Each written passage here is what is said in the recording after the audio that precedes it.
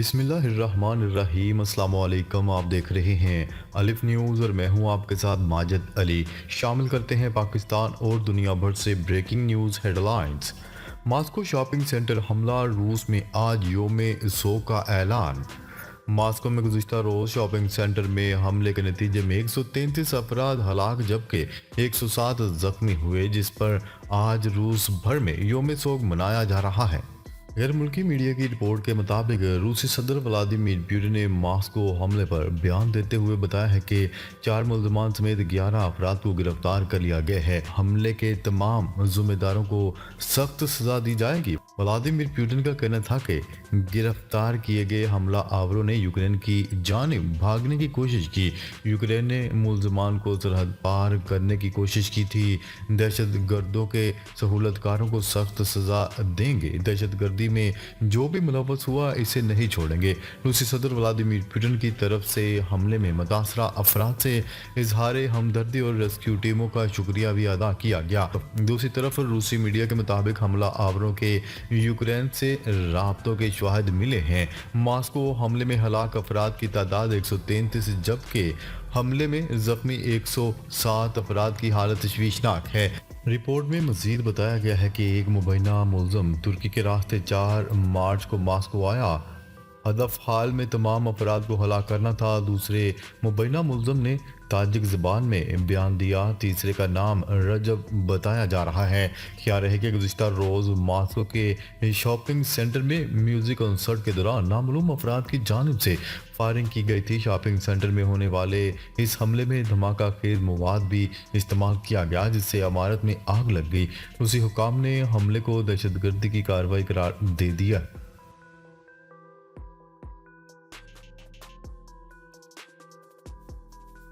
خبر کے اگلے حصے میں بات کرتے ہیں چین اور بھارت کا بلند پہاڑی ٹنل پر نیا تنازع شروع۔ چین اور بھارت کے مابین سرحدی تنازع کے بعد بلند پہاڑی ٹنل پر نیا تنازع شروع ہو گیا۔ دونوں ممالک کے درمیان یہ تنازع ایک سرنگ کو لے کر کھڑا ہوا ہے جس کا بھارتی وزیر اعظم نے گزشتہ ماہ افتتاح کیا تھا۔ بھارت کے شمال مشرق کے پہاڑوں میں مودی حکومت نے سرنگ کی تعمیر کی تھی۔ یہ سرنگ اونچائی پر ہونے کی وجہ سے اہمیت رکھتی ہے۔ سیلا سرنگ ہمالیہ پہاڑیوں پر موجود ہے جس کی اونچائی 13,000 فٹ ہے جبکہ یہ ہر موسم میں بھارتی فوج کے لیے سونے کی کان معلوم ہو رہی ہے۔ چین نے بھارتی ریاست اروناچل پردیش پر بھی دعویٰ کیے رکھا ہے جہاں سیلا سرنگ تعمیر کی گئی ہے۔ اس سرنگ کے افتتاح پر چین کی جانب سے رد عمل دیا گیا تھا۔ چین کا کہنا تھا کہ ہم بھارتی فریق سے مطالبہ کرتے ہیں کہ وہ کوئی ایسا عمل اور کارروائی بند کر دے جس سے سرحدی مسئلہ پیچیدہ ہو۔ چینی فوج انتہائی چوکس ہے اور قومی خود مختاری اور علاقائی سالمیت کا پرعزم طریقے سے دفاع کرے گی۔ چینی وزیر دفاع کے ترجمان نے اروناچل پردیش کو زانگنان پکارا جس پر بھارت کی جانب سے رد عمل دیتے ہوئے اروناچل پردیش کو بھارت کا اٹوٹ انگ قرار دے دیا اور کہا کہ یہ بھارت کا حصہ ہے اور ہمیشہ رہے گا۔ دوسری جانب امریکی اسٹیٹ ڈپارٹمنٹ نے بھی اپنا پلڑا بھارت کی جانب کر دیا۔ کہا کہ دراندازی یا تجاوزات کے ذریعے علاقائی دعووں کو آگے بڑھانے کی کوئی یک طرفہ کوشش لائن آف ایکچوئل کنٹرول پر قبول نہیں، جبکہ امریکہ نے اروناچل پردیش کو بھارتی ریاست قرار دے دیا ہے۔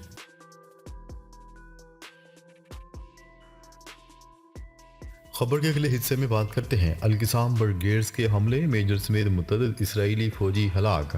بنیامین میں حماس سے جھڑپوں میں ایک اور اسرائیلی فوجی افسر مارا گیا۔ اسرائیلی میڈیا کی رپورٹ کے مطابق ہلاک فوجی کی شناخت میجر ایلی ڈیوڈ گارفنکل کے نام سے ہوئی ہے۔ دوسری جانب اسرائیل قدس کا کہنا ہے کہ مغربی کنارے کے علاقے تل کرم میں 4 اسرائیلی فوجی ہلاک کر دیے گئے۔ تول کرم میں نور شمس کیمپ کے اندر ایک کار کو دھاک لگا کر نشانہ بنایا گیا۔ اسرائیل قدس کے مطابق گاڑی میں اسرائیلی فوج کا افسر 3 سپاہیوں کے ساتھ سفر کر رہا تھا۔ ادھر القسام برگیڈز نے غزہ شہر میں الشفا کمپلیکس کی جنوب میں صہیونی فوجی گاڑی اور الشفا کمپلیکس کے قریب 3 اسرائیلی ٹینکوں کو براہ راست نشانہ بنایا۔ القسام برگیڈز کا کہنا تھا کہ غزہ شہر کے الشفا ہسپتال کے اطراف میں گھسنے والی متعدد اسرائیلی فوجی گاڑیوں کو تباہ کر دیا گیا ہے جس میں متعدد اسرائیلی فوجی ہلاک اور زخمی ہوئے۔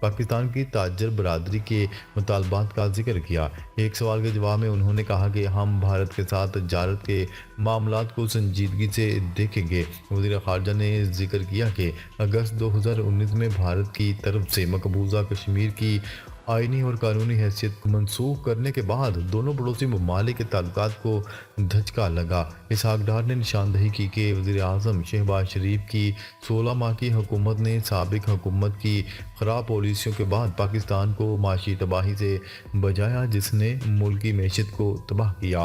وزیر خارجہ نے کہا کہ حکومت پاکستان کو معاشی ترقی کی راہ پر گامزن کرنے اور عام آدمی کی معاشی مشکلات کو کم کرنے کے لیے مہنگائی میں کمی لانے کے لیے 5 سالہ روڈ میپ پر عمل درآمد کرے گی۔ ناظرین، اب تک کے لیے اتنا ہی۔ مزید خبریں لے کر بہت جلد آپ کی خدمت میں حاضر ہوں گے۔ تب تک کے لیے اپنا خیال رکھیے گا۔ اللہ نگہبان۔